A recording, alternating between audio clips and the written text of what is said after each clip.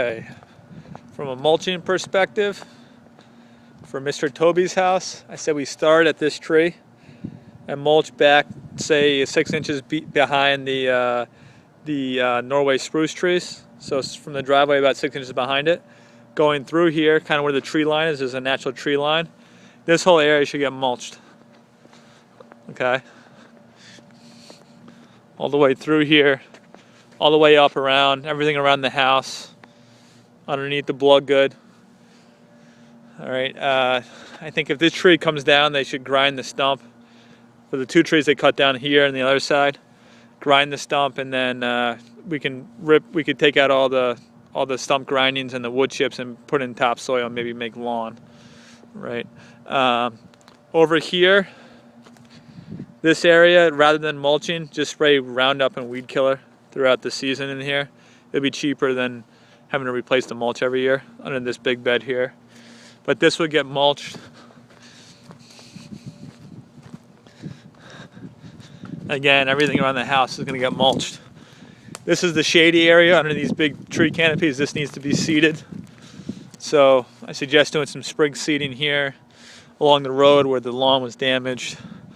Obviously all through here, this all has to need spring seeding. Mulching underneath the magnolia. Mulching at the entrance beds, here and here, at the entrance of the driveway. Mulch rings around the dogwood trees, there's 3 dogwood trees.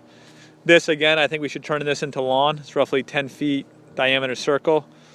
I think you turn this into lawn or you put another tree in there after you remove the other tree. Next spring, transplant the Okami cherry or buy a new one and put it out here, because that tree is way too close to the house in there. It's going to grow much bigger.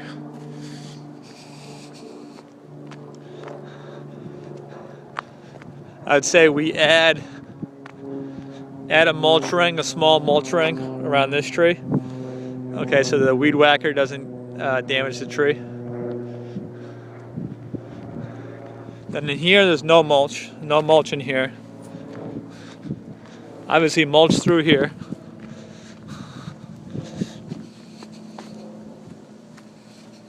This is all spring seeding in here. Like I said, the weeds, you can't get rid of it until the August, and then reseed it in the fall. No mulch around the outside edge.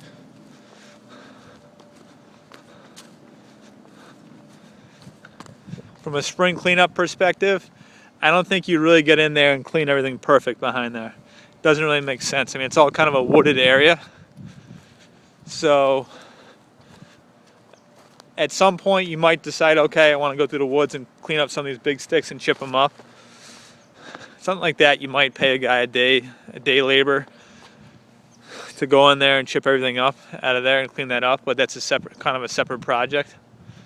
So in this area, I'm going to figure just the really big sticks that we clean up, but I think we leave the leaves because it's kind of a wooded area. It doesn't really make sense. It hasn't been maintained in the past. So this area in here, again, no mulch, just leave it very natural. And maybe in this area, what's probably smart is to hit it with weed killer as well. So I think this area we hit with weed killer, keep the weeds down, and that'll make it look good, and call it a day. Okay, back here. Then we've got mulch going through here along the back side of the pool, around the pool.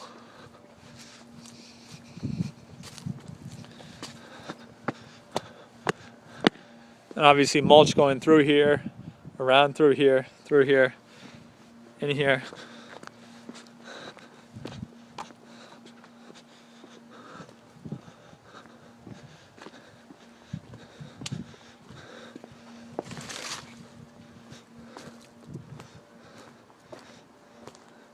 In here, I'd say maybe you don't need to mulch.